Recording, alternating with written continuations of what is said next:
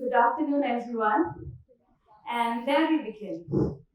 So, a few days back, I went to an NGO who is working for the betterment of kids. And on the day I went, it was their first day wherein they had organized a summer camp for all the unprivileged kids around. I was there to interact with the kids and I asked them to do an activity wherein whatever they want to become when they grow up, they had to put that as a prefix to their name. I was sure I'm going to get some amazing answers because kids don't really think of ifs and buts. They don't really think of practicality and feasibility as much as we do. So I got many policeman Ashish, I got Dr. Rashi, I got teacher Abhimanyu and whatnot. I was so amazed to listen to their answers because those kids don't even have the basic necessity to live, but that didn't fear them to dream big. When I was a kid, I had the dream to become a doctor.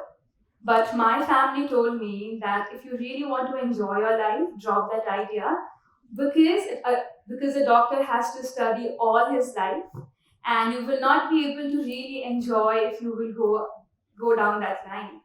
I bought that and I was like, fine. I took commerce in standard 8 and I was in that top, students ka list, wherein you would have to prove something academically only, and then only society will really approve of you.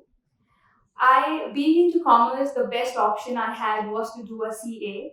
I am from Jaipur, and over there we didn't really have a lot of options. So I went for that. I started preparing for my CPT exams, and when my 12th results came, I actually scored good percentage. So a lot of people came up and told me that it's the better option is to go to a good college for doing your graduation, maybe somewhere in Mumbai or Delhi. So I started applying for that. I got into Narsee College, Bombay, and my CPT exam dates and my admission of NM college dates were really, really close. Like today was the last day of my admissions to NM college, and there you have to be in person if you really want the admission. So I had to fly all the way from Jaipur to Bombay for the admission, and tomorrow I had the CPT. So the plan was to go back and again appear for the exam, but God has different plan for me. I kind of missed my flight. There was some confusion between AM PM while booking the tickets. So I ended up missing my flight and I couldn't reach Jaipur on time. And I missed my CPT exam. Anyways, I got admission to my Bombay college, to NM college. And in the second year, a lot of my batchmates, they all were preparing for MBA, for CAT exams. I was like, yes, that sounds like a good plan, and even I should do it. Because if I get good percentile, I would end up in a good MBA college and the life will be sorted. Because all of this was completely influenced, I did study, I took the admission also in the time coaching center, but I didn't like studying. College placements happened. I set for the placements. I got a good placement in one of the best profiles, the best companies, but the salary was really, really low. But anyways, we were told to look for exposure and not go the other way around. So I took that up and postponed my plan of doing an MBA after taking 2 years of work ex. I was thinking it would be better if I would go down that road. Towards the end of my third year and in the beginning of my office days, a lot of my friends again were doing some kind of professional degree in finance. And that was CFA. A lot of people were doing CFA around. And again, because I wanted to be up there, I wanted to run that race and I wanted a good living. And for me, good living was you can only achieve that by going down the conventional road. So I also enrolled myself for CFA. I cleared level 1, but I couldn't go beyond level 2. I knew this was coming because all of this while, all my plans, all my ideas were completely influenced by the people around me, by my peers. I never thought of what I was doing, why I was doing, and do I really want to do it? So, hi everyone, I am Ratika Khandelwal. After giving 6.5 years of my life to finance, I am finally a digital content creator and a certified yoga teacher. I make content around yoga, gardening, and sustainable living, available on social media as Rooted India, with over 50k followers on Instagram and YouTube. And mind you, all of this came after giving 6.5 years of my life to finance. So I won't say I wasted those years. I had my learnings from those, and I needed that story because if I didn't have that story, I wouldn't have been standing here right in front of you to share what I have to share today. So, how did I find my door to the brave new world? How did I even able to sustain it? How was it all this while? And so basically, this is what I'm going to share with you all today. How to find your brave new world. It is not like you have to do what others are doing, but this is all like, just a set of few learnings. It's all right, you may enjoy your job, you may enjoy whatever you are doing currently, and that's perfectly fine. Only for those who feel stuck, only for those who do not feel you have any direction, it's okay to feel all of that because I was exactly in the same space few years back. So my first learning from that was become a kid again. A kid that knows no ifs, no buts. A kid that does not really understand what practicality and feasibility actually mean. Because when that happens, you actually learn what you actually want to do in life. And when I was switching my careers from CFA to something else, I actually told me, Ratika, what you would like to do when you were a kid. I actually sat down, made that list. I had being a yoga teacher, I had being an interior designer, a fashion designer, doing a botany, and so many other things over there. And all of these ideas sounded very good to me. And I thought I would really enjoy doing any one of these from the list. But I picked up yoga because my adult self could not really keep all the practicality and the feasibility aside. I was at 24 when I was thinking of switching my career 360 degrees. So I had to think some of it. I could not really have I could not really have been to another college giving 5 years of my life to botany. That was just not feasible in my case. So I chose what looked good to me at that point of time, and it was yoga. It is very difficult for a kid. Like, you cannot really settle a kid for an ice cream if the kid really wants a chocolate, right? It's very difficult to settle them down for something else. But how, do you even think how do we fall for their choices? They are so smaller than us. They are just a little tiny creature, but still we end up listening to them. They know how to use their powers. They will cry to their maximum. They will cry as loud as they can. They will show their tantrums. And they will do whatever is possible, whatever is in their capabilities. So we should take some learning from a kid that if you want a chocolate, learn not to settle down for an ice cream, because the joy that an ice cream will give to you, the chocolate will not at that point of time. So that was my learning from that. Another thing, while becoming a kid again, and as I was just mentioning, I had different options. But how did I get to even there? How did I get the list of yoga, of interior designing, of fashion designing right there? So I was like that enthusiastic kid in school who was really passionate about each and everything, about all the activities that used to happen in school. Kids had their own thing, I'm good at sports, I'm good at arts, I'm good at crafts. But if you will ask me, I have hundreds of certificates of all those areas. So I went ahead to try out each and everything my school had to offer. And this is from where, my learning comes. You roam around till you find your niche. Because it's okay to not know your niche. It's okay to not know what you exactly want to become in life. So take your time, experience different things. What will happen is whenever you are experiencing these things, you will start to have a crux of it. So when I was experiencing all of these things, I knew the crux that I want to be in such a place where my growth is not dependent on anyone but me and my hard work, because I was a hardworking kid. And when I'm working hard towards something, I should get the result from that. I wanted to be in such a place where I could see sky's the limit. I wanted to be in such a place where I don't have a boss on my head to tell me what to do and what not to do. So while I was trying all of these things, I could make a conclusion of what I like from these activities. So when I was working in a corporate, when I was doing my CFA, the crux of what I actually wanted to experience in life and what I was actually doing in life was kind of not matching. So I was never satisfied. I was never content.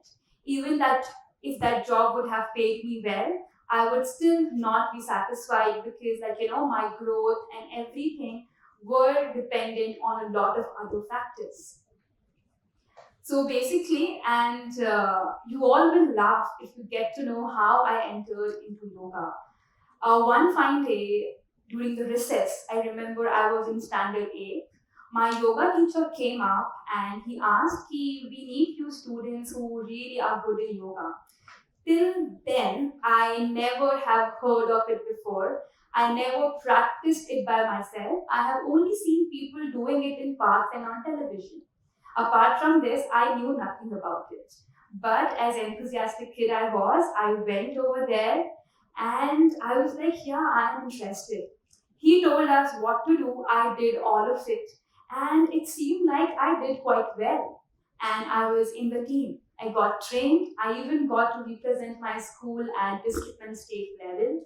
And since that day, I am attached to yoga. I have been on and off practicing it, kind of reading it on and off. Little did I know that just trying out these random things will someday in life will help me to figure out what to actually make your career in. So that is why I really believe it's okay to not know your niche. Until you get that, just experience as many things, as many activities as you can around. I was literally very much interested in yoga that I actually thought of graduating in yoga. But I never asked anyone, I never researched about it, nor I asked my parents for it. I don't know today if they would have agreed or not. I would have been a better teacher if people around me approved of what I wanted to do then. But I never asked. So now I don't know. Being into content creation, I really know the value of asking people around for things, for opportunities, and approaching as many people as you can. Because if you want something, don't just sit out there and wait for the things to happen to you. It will take time, it might happen, but then you never know it will happen or not.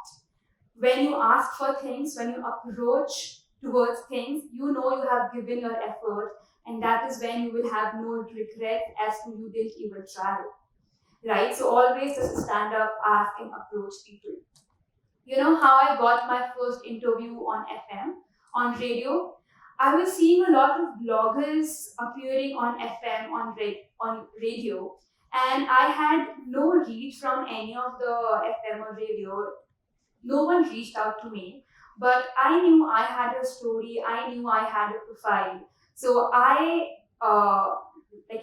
approached these guys by myself.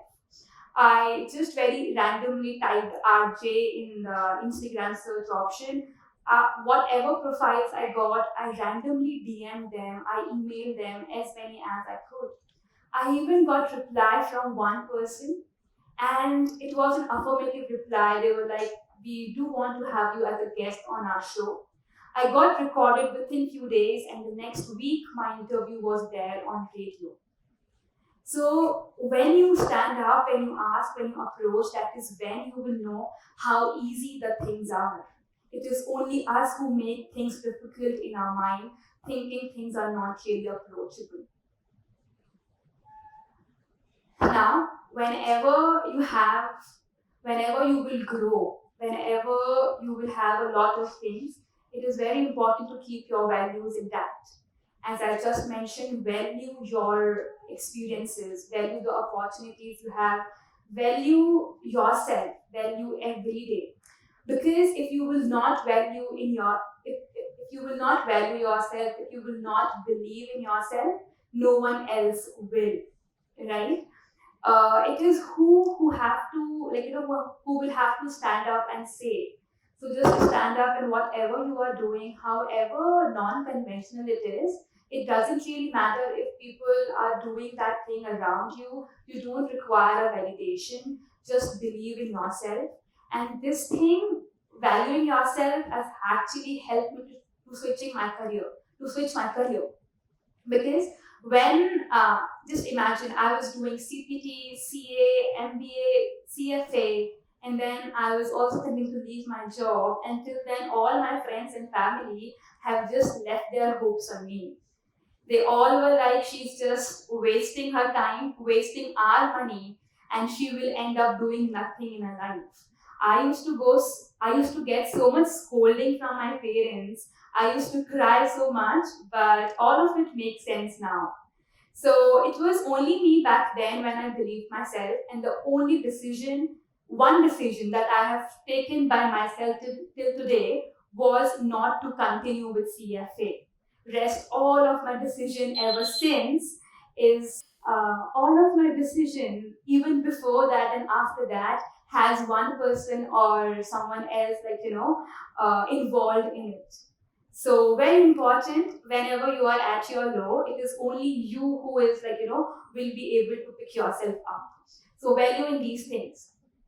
Another thing, value in the values your family have taught you. If you want success, do not envy others' success. Rather appreciate it, and one day success will come to you. I have seen this thing. People are really competitive, and they might not tell you a lot of things, but don't become one from that crowd. Become one who is very supportive, who support each other, and trust me, you will be at a very higher position than the other one who was very competitive and was keeping all the things just to himself. Right? So whatever, we all have heard this thing. So you will reap what you sow. My trick to that is sow what you want to reap.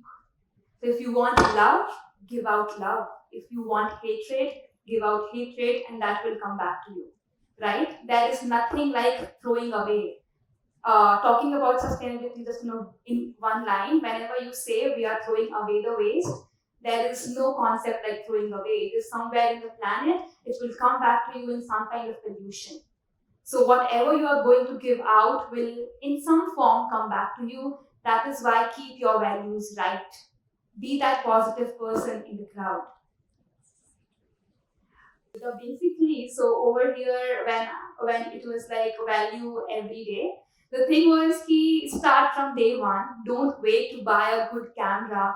Don't wait till you have a proper team. That was my first Instagram post, and I was just sowing the seeds of marigold, and I clicked a picture and I posted that on Instagram, and that is how my Instagram journey actually began. That was my some of the starting YouTube videos, and just see me these things look very creepy to me now, but at that point these things helped me to become, right? So whatever you have, whatever resources you have, just start with that. Start on day one, and there is no concept like perfectionism. It is a very flawed misconception. You become perfect while practicing, and for practice you will have to start. So value your time too. Last thing, and my favorite, take it easy. We are not in a rush For a change, just forget about the race you are running. Life is easy, it is only us who make it complicated in our head, right? We are so much engrossed in our problems that we are just not able to look beyond that. Just imagine there are so many people, billions and millions of people living on this planet. You are just a tiny creature in it, right? In that crowd. You may not be able, like, we are for sure not visible when we go up towards the sky level. And our problems are again just a part of us. But what we do is we make our problems the whole world, right? It is only us who make the problems big. They are not as big as we think of them. If you fail in an exam, it was just an event. You have failed only in an event. And that does not really make whole of your life a failure. Trust in the process of life, and towards after a few years, towards the end of it, you will see the whole picture. When you will see the whole picture together, you will be able to make some sense out of it. When I missed my CPT exam, I felt so bad. I didn't know where I'm going to end up. When I just thought of not giving CAT, I was again at a very bad position. When I got the job, though it was good, but the salary wasn't good, again I was not confident. When I failed in my CFA level 2 twice, again I was in a very worse position and almost completely isolated and thinking I am just no one and I will just not be able to do anything in life. But when today I look towards the things that have happened, towards these events, all of this makes sense to me, and I'm grateful that I failed. Because if I wouldn't have failed, I wouldn't again have been here. So trust the process of life, but again, with that, keep moving forward. One thing I never stopped was to try out new things. If CPT didn't work out, I tried CAT. If that didn't work out, I tried CFA. And similarly, I just kept moving on with the things. So do not stop. Keep moving forward. It's okay if things are not working out, but someday they will work out for you, and take the life very, very easy. It's chill. And just express gratitude. Very important thing. When you are taking the life easy, when you believe in yourself, and when you will see the things will work out, and when you will start believing in the process of life, that thing will start coming to you automatically. Like I just mentioned, I am grateful that I failed, right? So start being grateful for whatever tiniest thing this universe is bringing to your way, bringing to you. Just be grateful and always keep the people who are around you intact. As I just mentioned, keep your values always intact. I don't know if you all noticed or not, but that was my guide to finding your own brave. Pretty much easy. So there we are. I hope these things and my story will help you to find your own brave. And that was my time with you. Thank you so much for hearing me out.